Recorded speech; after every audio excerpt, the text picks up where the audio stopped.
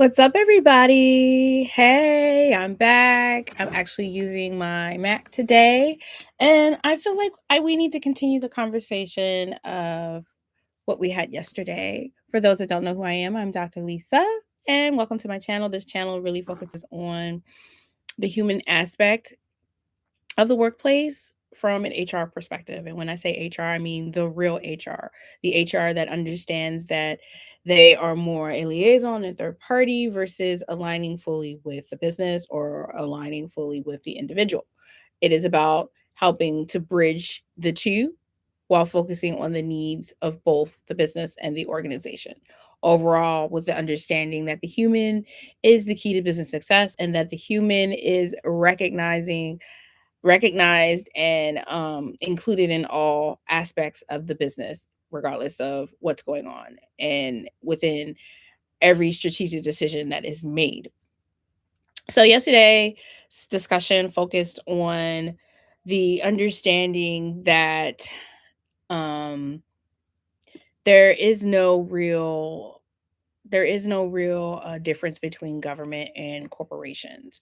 And I think that that's something that really, really, really needs to be understood. And I think that that's something that gets misconstrued when we speak about what corporations are. Yes, corporations, focus on and rely heavily on people. Without people, there would be no corporation. Without people, there would be no business, and that there would be no business profits because people are the ones that buy the products, people are the ones or services, people are the ones that are designing and creating these services or whatever, or even the technology. If you have a fully manned technological style business, there's still people in the back. With that understanding, it highlights the importance of us humans and people and why organizations will never go without needing people. So we are in a strange and scary and time, regardless of what you believe, where it must be understood that us as people and our well-being needs to be a major factor. And that's why the understanding of corporations and government and how they are one and the same must be understood, and how us as individuals within corporations and within businesses, that we are the ones that are driving what is accepted and not accepted within society. And I think that that's something that must be understood. So when we look for just overall respect within a workplace, that means that we're desiring and pushing for respect also out in society and for us as people. That's not advocating for anything that shouldn't be. So that's where it gets weird and strange and unnecessarily the thoughts that the thoughts that I thought my thing was on do not disturb. I'm sorry. Beeps and stuff and the dog and all these things. But the understanding that corporations and government are equal and one and the same. And that's where we as individuals need to ensure that we're demanding and standing up for ourselves within the corporations and businesses that we work in. Now, I hear a lot of talk about how, oh, well, you're here to work and that's the only reason why you're here. Yeah, okay, that's fine. But at the same time, but at the same time, I still deserve to be treated with respect and to be paid fairly. So I don't understand the advocation and justification for why it's okay for C-suite and executives and those in these upper leadership positions to be paid handsomely and overly, while those that are actually doing the work are not paid a fair living wage. There's nothing wrong with paying someone a fair living wage, because when you're recognizing and compensating fairly the individuals, then yes, we deserve that living wage. And it's the bottom line is that the human well-being and business performance are not competing priorities. They're the same priority. And that the leaders who understand this, to treat their people as the source of value and not the cost of doing business, they're going to navigate what comes next. They're the ones that are determining the future. So if we have leaders that are recognizing this value and the value of humans, then that is helping to open the door to highlight the value of us within society. And when I say us, I mean everyone, the human aspect. These leaders are going to be the ones that are going to help to retain talent and to help to drive innovation. And they're the ones that are going to allow for the business to actually win because they have the understanding that the human is the key to business success. So as a leader, who are you? What do you plan on doing? How do you plan to navigate these strange times? There are people that are fearful right now. They don't want to leave their homes, especially in Minnesota.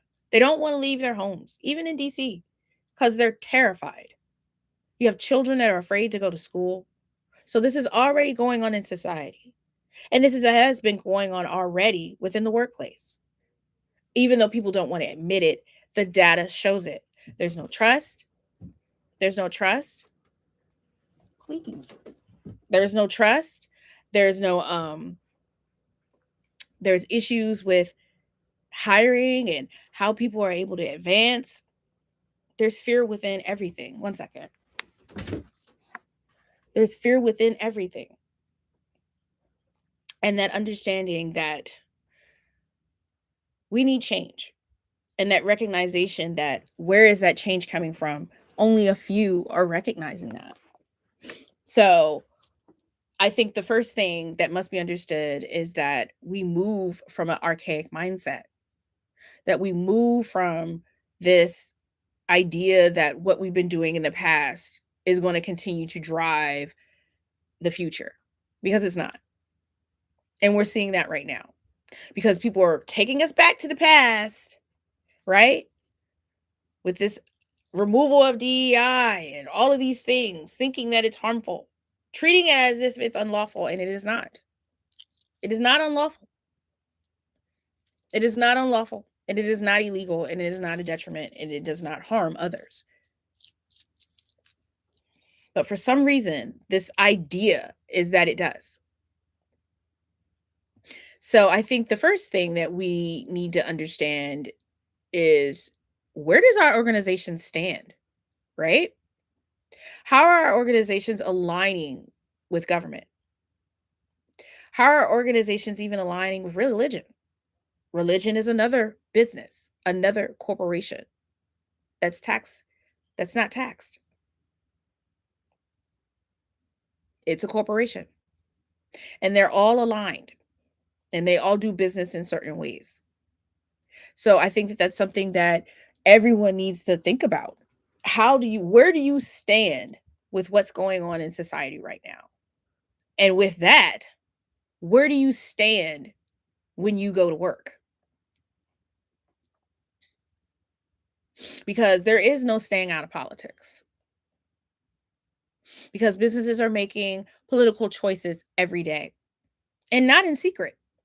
It's in your face with the policies or the removal of policies, with where they choose to do business, how they choose to do business, even with how they compensate. If there's an understanding that there is an issue with livable wages and how people are living, and that then trickles down to well being and opportunities, but there's no change, what does that say about leadership? And then that leads into HR because this is an HR space, right? So, what is HR doing? I kind of touched on this yesterday with the understanding that HR is lost and not operating as if HR should. HR should be the leader in voicing for individuals within the workplace. That's what you're there for. Of course, you're there to mitigate liability and all of that and ensure safety, but you're also there to be the voice of the people. But for some reason, HR isn't doing that. Now, I know people that are in certain spaces may feel that, oh, well, I'm in HR and I do this and that and I do this and that. Okay. Bravo. But how are you ensuring that what you're doing can be done for other businesses? How are you going about and being a true leader to help create change? I think that's something that we all need to focus on. How are we truly being as leaders? Because we're at a time where our rights are being misused and violated. Our voices are being stifled. People, as I said, are afraid to leave their homes. People are afraid to speak up and say how they feel in the workplace. So, how can we create change if we're afraid to speak up? In order to be a leader, you have to be fearless and be willing to lose something and not to give up the fight as well. Because mind you, I'm 43. I'm a child of a mother that grew up during a civil rights movement and segregation. She went to a segregated school. My family's from Farmville, Virginia. My great grandmother was an advocate and one of the petitioners on Brown versus Board of Education. The very first suit that was brought and then was transformed into Brown versus Board of Education. So when I speak on these things and knowing that a job and how we compensate is always the way to hush, as we've learned in history, that's how that movement was hushed. Give them a government job. They want jobs. Give them jobs, right? They want to be treated fairly. They want to feel as though they have a way to live. We need them to shut up. So let's give them a job. So that helped to slow a movement. So that right there shows you how a job is the key to change. Now we have the jobs. Now we're afraid to lose them, even though they're already being taken away if you look around. Especially at that time, those jobs were government jobs. So those government jobs are gone now. And a lot of those people are dead, right? Probably, and those of descendants like me, I remember or have an understanding because of the gift of storytelling. But a lot of people don't understand that. They just know that their parents had a job. They don't know how they got that job. You know what I'm saying? So it's very important to understand that a job is the key to change. At that time, it was, I mean, I'm a descendant of coal miners, so I'm all about unions. For some reason, unions are a bad thing now. Unions, for my descendants and coal miners, black lung disease and all of that, because you weren't fairly treated and protected on the job and made aware of the dangers of the job, people died. People got sick. So unions were needed to ensure the safety and well-being and the fair compensation, even after you're no longer working in the mines and your body is damaged and you're dying. You need to have a voice. You need to unionize. So that is what HR should really be. It should not be fighting people off for the corporation. It should be the voice, the clear, concise voice that represents both, the equilibrium. And as I said, the job is the key to, you know, opportunity and change. And that starts with HR and HR speaking up and not aligning. Because if you look right now, it's aligning with government.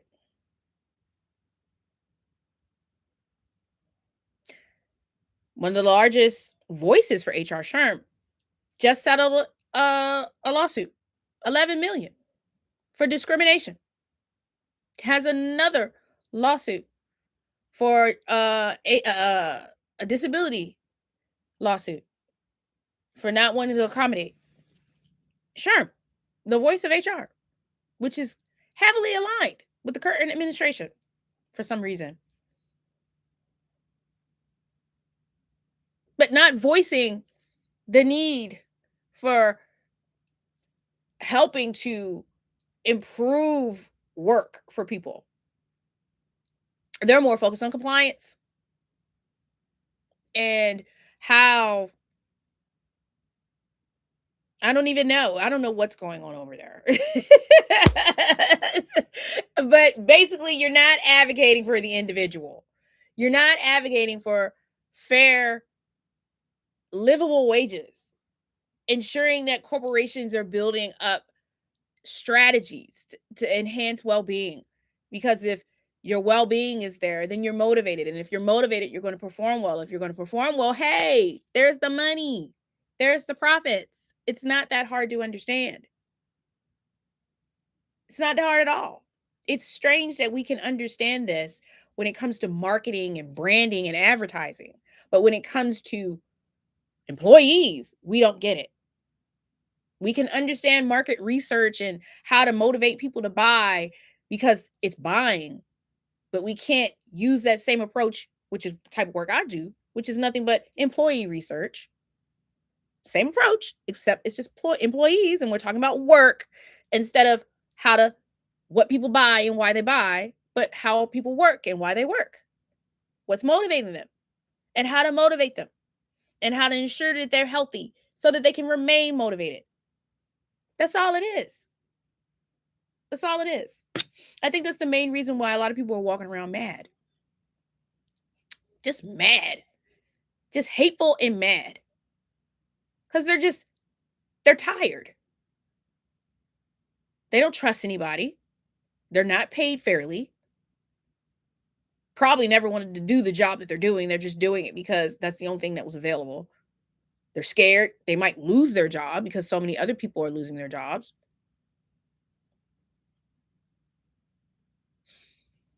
So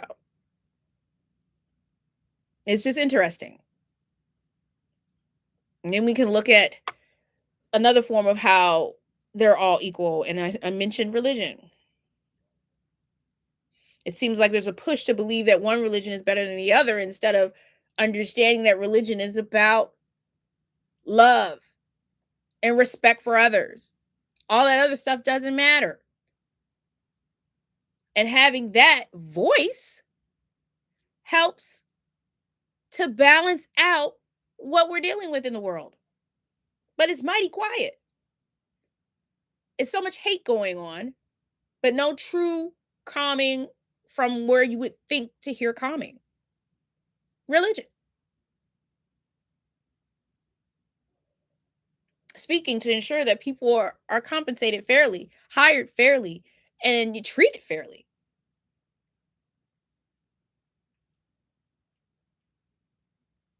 So these three corporations, these three entities, corporations, government, and religion, are all intertwined. And it all is forgetting what's most important: the human, and how we drive the world, we drive business, and we drive society. But it seems that everything is focused only for the few and not all, forgetting that all allows for the few, you know?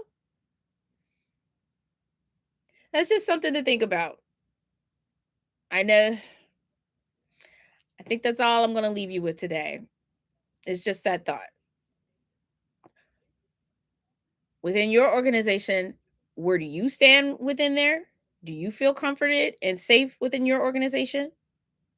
Do you feel that your organization is contributing in a positive way to society? That's something to think about. And from there, determine what will be your next step to build your own business and create your own piece of change, or to stay within that ecosystem. I don't know. I know for me, I started my business because I couldn't even get in the door. That thing was locked. Couldn't even get in. After I transitioned out of the Navy, had to build my own entity. This is why I'm not afraid to say what I have to say. Regardless, I'm going to speak my truth. But some people can't even do that because of where they stand within their organization. As I said, it's all connected.